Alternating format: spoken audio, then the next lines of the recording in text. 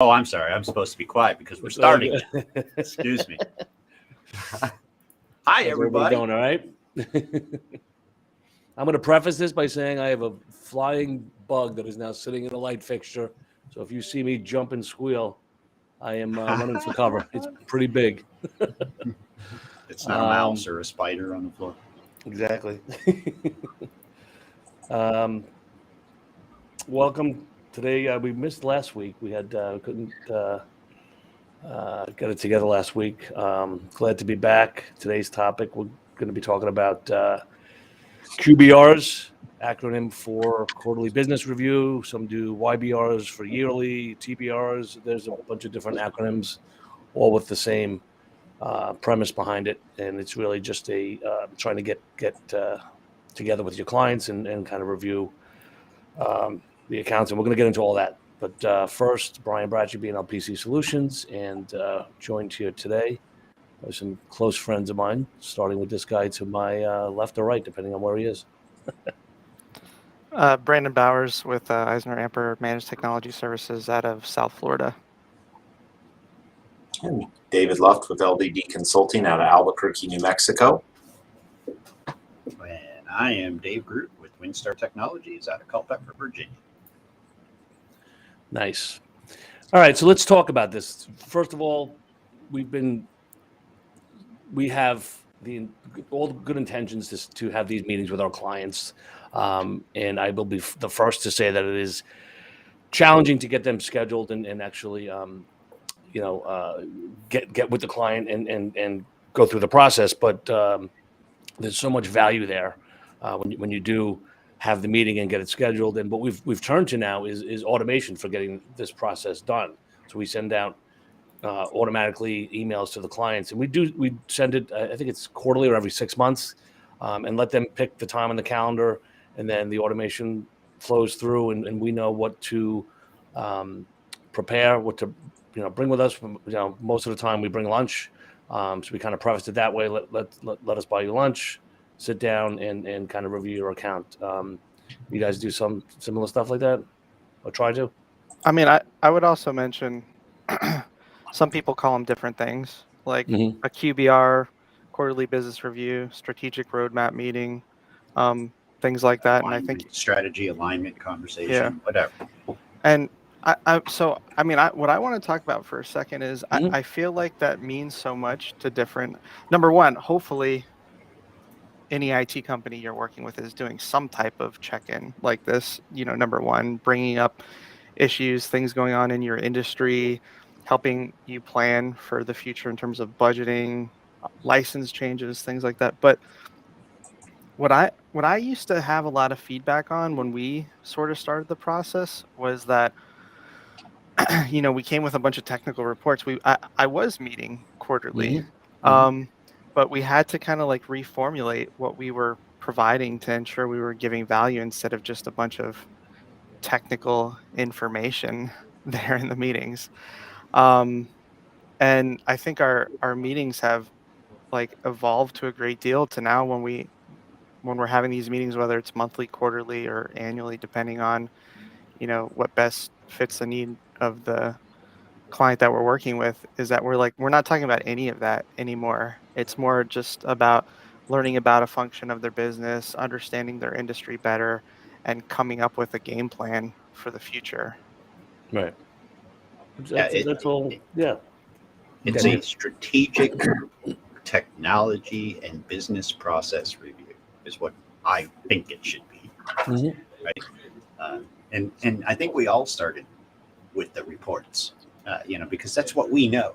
Look at how many updates we did. Look at how many patches we did. Look at how much free space is on your hard drive. Nobody cares. Nobody even knows what that means. They don't know if that's a good thing or a bad thing. If it's not red, they don't know. One thing we've been doing is just actually going over the services that we're providing, because we found that a lot of people thought we were backing up all their desktops, even though they didn't want us to do that because it can be expensive. And so making sure that they understand on critical things what you are and are not providing, because they may want those things now. Yeah, the business needs change, right? I mean, They may not need something you're providing, and they may need something new that they're not even aware you have. Or something they a may little be- ramped up from what you're providing. But also when their staff changes, the person you originally worked with may not be there, and the new people Right. don't know at all. Not to mention companies across the board are having staffing issues, right? So they're needing to be creative. And Or as companies we get picked play a up, role in that. we're finding as companies get purchased, as we're working with the new owners, they're interested in different things. What do you guys feel like is, the main importance for your customers actually meeting with you on some of these things? Like what's the value they're getting?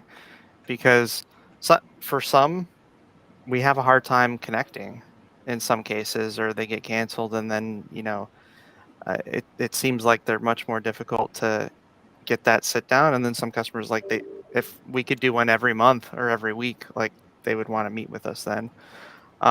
I'm curious what you guys are seeing, and what are you doing to bring more value there. And I guess it will raise a question of what the audience sees and what they're getting from their provider if they're even having these Yeah. meetings.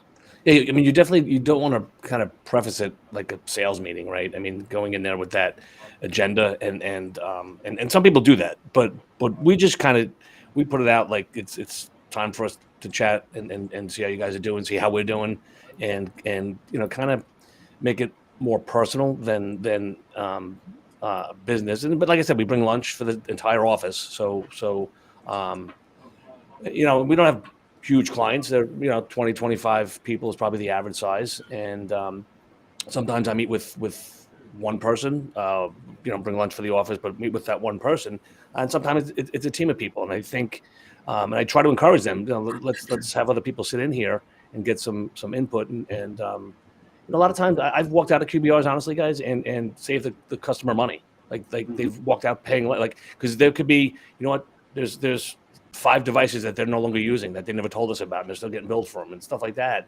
And you're not going to get that without these kind of meetings, right? And there's always some additional services or change that we could do. It may not be, it could be a lateral move financially that, there's a better product out there that can do more.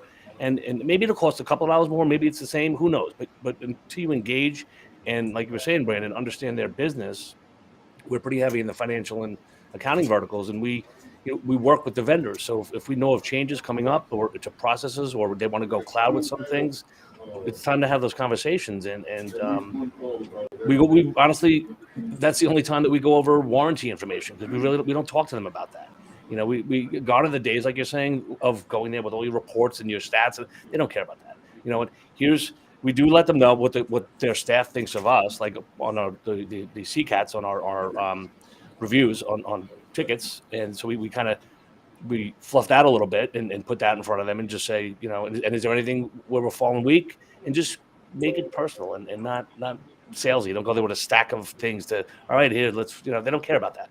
Don't bring a bunch of quotes with you when you Exactly. sit down. And people do that, though. I've talked to many people, Yeah. and some sit there and with all quotes, and they get a signature right there. And that's not my agenda. That's not how we do it.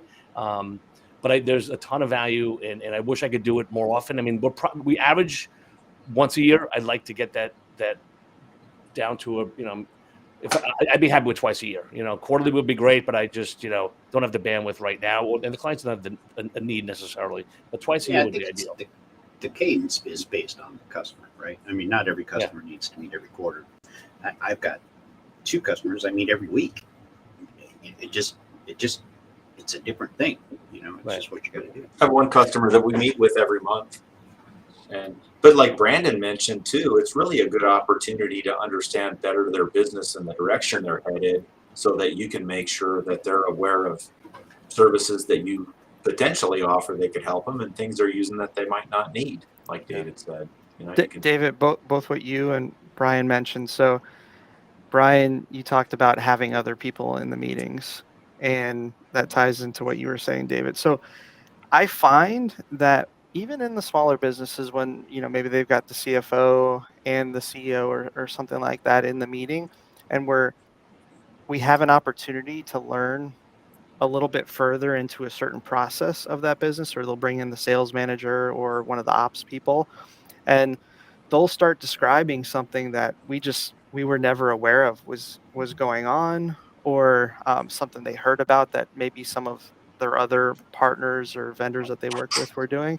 And it gives a great opportunity for us to potentially be able to tackle or start planning out a solution for something they've been having that like the CEO didn't even have any idea about. Right. I think on that same note, Brandon, even in the smaller businesses, the CEO and CEO and CFO, putting them in the same room and having that strategy conversation in many cases brings up internal needs or processes that one department isn't aware of that another department has, and you're able to align their business strategy internally. When you can get that right, now you're sitting at the table with those people who are making those strategic decisions and you are part of that equation. You can help them to guide their business and use of their technology so that they have that competitive advantage. And then price isn't as important, right? If you can show them how they're using that stuff to make them money or to make them more efficient or to save them from a problem, which is not a sales approach. This is trusted advisor.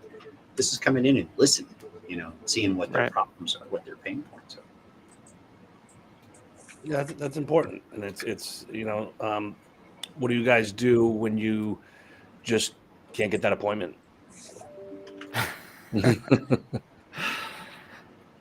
Usually it's, I find you got to get on the phone sometimes. Just, anybody who's been a business owner knows how fast your inbox fills up and how many people are like driving for your attention. And it goes a long way just going another avenue. For me, shooting a text or giving them a call and saying, hey, when can we get lunch, or when can we talk about X, Y, and Z? Or even having just like, in all honesty, hearing something new in their industry and bringing a little bit of like news or something going on, like, hey, I was reading about this, or it reminded me of you. Let's connect on this.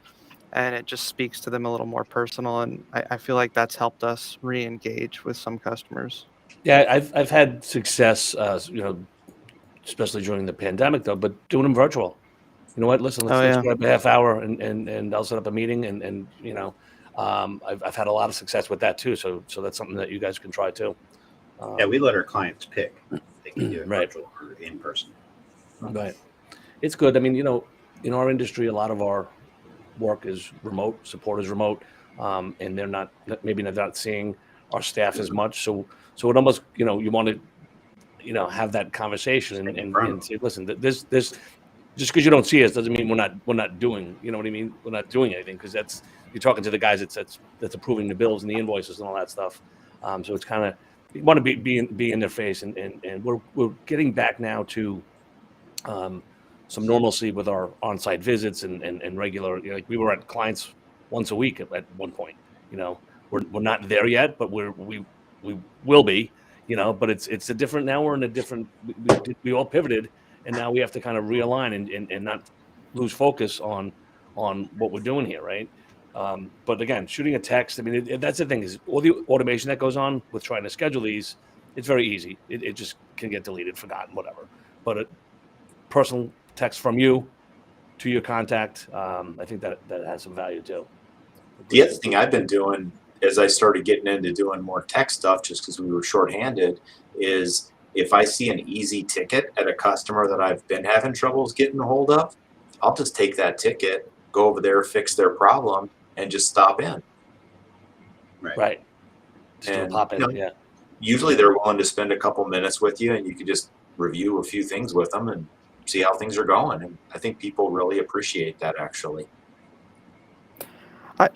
I also want to like mention how if your provider really isn't doing this and meeting with you and feeling like that's important, it's a little bit of a red flag, because I don't know how many times that we've taken over some type of an account where everything was just left to the last minute to do anything. So like a couple years ago, Windows 7 to Windows 10, or 2008 to 2012, or like, there's some major end of life situation going on. There was no planning, no communication happening. And all of a sudden, oh no, we need to spend how much money to replace how much equipment from one day to the next. So it's just, an additional like pulse or checkpoint that you can have with your provider to stay up to speed about what's going on in your industry, with your environment. What do you need to plan for so you don't have these like major red flag things that happen, fire happens 1 month to the next that you really weren't planning a budget for. Yeah. I think it becomes more and more important um, to be doing these with regularity, especially now with like supply chain issues, right? Yeah, It that's requires more planning to do refreshes and hardware replacement and increase in staff. Like, you have to plan for that. It's not just, hey, I'll order the stuff and it'll be here tomorrow. Like, no, so. I have a good recent example of this, actually, David. Mhm. We had a newer customer that they planned an office move without necessarily keeping us in the loop on like how soon that was coming. And so from 1 week to the next, they were like, okay, we're moving to our next office. But they had no equipment that needed to go there. And when we started looking at equipment availability, it was looking to be about 3 months for some of it, not for everything, but there was a Right. few things that was just very difficult to get access to that. So just again, this is in the planning meetings. Like, okay, what are we looking at over the next year? Is there going to be an office move? What's happening next quarter? What do we need to plan for? What should we budget? Okay, you're moving offices. Let's be involved in that process. We need cabling and all these Internet things so that service, and we, and then it's a we smooth transition, right? Then everybody's happy. You're because I mean, I, I'm hoping I can speak for every IT provider out there or consultant out there. Like them being in the loop of that process is going to help make them look good, make the process smooth, make the end client customer happy as well with the process. It's just good for everybody. That piece of communication.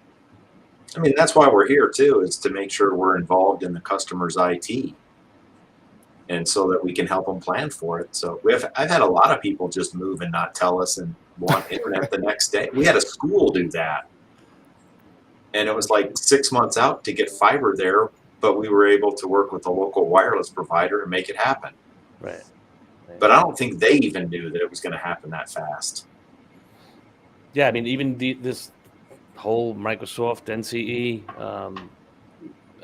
enforcement going on next month, that's a perfect time to say, listen, we need to sit down, we need to get a signature from you, and you can kind of shoehorn that into a TBR, use it to your advantage, and again, that could be virtual as well, but and kind of not to be redundant here, but I think it's pretty important to understand what the client's goals are. Like, what's again, we have 2 or 3 that are moving this year. Like, it's not uncommon now, right? They're either and there's planning, and I don't know if he's watching, but I have a client that we're moving, we need to talk, and I'm like, great, let's talk, and then radio silence. It's like, when are you going to tell me when you move?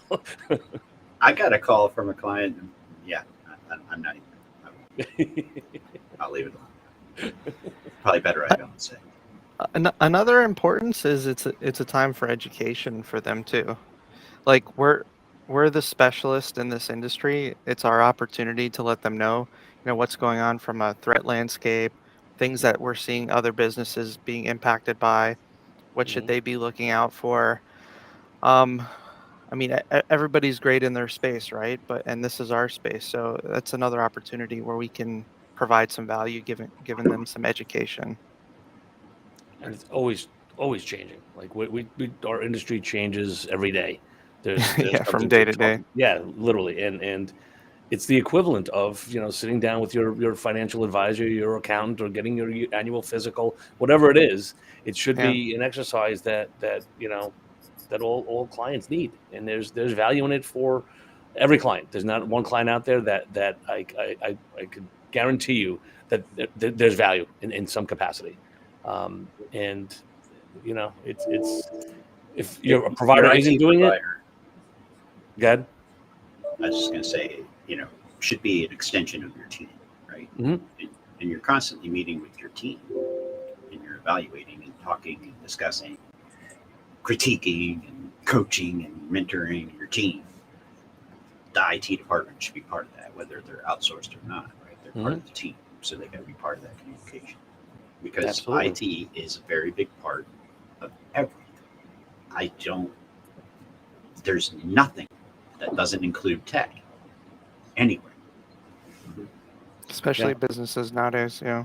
And from a customer standpoint, I've run into a couple MSPs that actually stop by for meetings and they charge the customer for it. And Meeting. I was always surprised about that. As a customer, you should be reaching out to your IT guy, and they shouldn't charge you for these kind of meetings, because if they are, they're really holding the information back on you. Right. And it's I've never heard that before. That's crazy. And there's one guy here in town that does that, and Wow. he'll just pop in for a meeting and then bill you for it. But as a customer, your tech guy should not be doing that, and you really should engage with them, because it will make your business run better too, because they'll have a better understanding and you'll become more efficient. Yeah.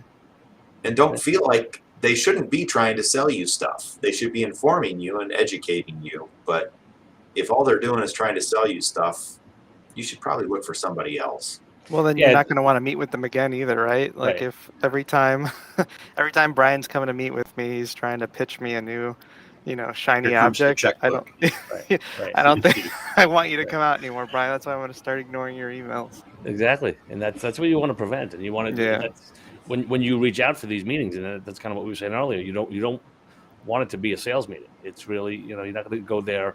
And times have changed. There were times when we did go there with our reports. We went there with our, all right, here's, you need these 5 items to be, but if they're in an industry that requires regulates or governance or compliance, it's even more important to meet more frequently. Right.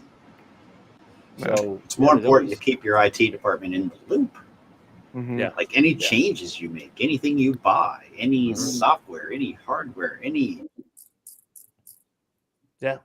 And, part of what we throw in there is we obviously have conversations about security, cybersecurity, but we do talk about, listen, we're not today, but let's schedule some time to create, an incident response plan for you, or review your business continuity policy. Make sure that you make sure they have one, obviously, but get involved in those policies and the creating of them, and that could be an annual review too. Let's review these and see, is there any changes? Is this person no longer here? Is he not the right point of contact?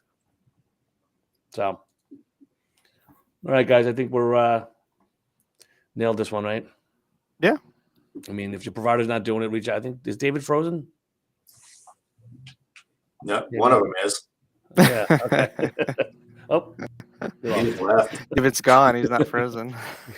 He went on a QBR. It's that internet in the backwoods. Yep. The sun went down for a minute behind a cloud, screwed everything up. Yep. All right, guys. Well, yeah, good topic. And if your IT guy's not reaching out to you, definitely have the conversation with them and make sure that they're doing the right thing for you. So that's it. Very good. Have a good day, guys.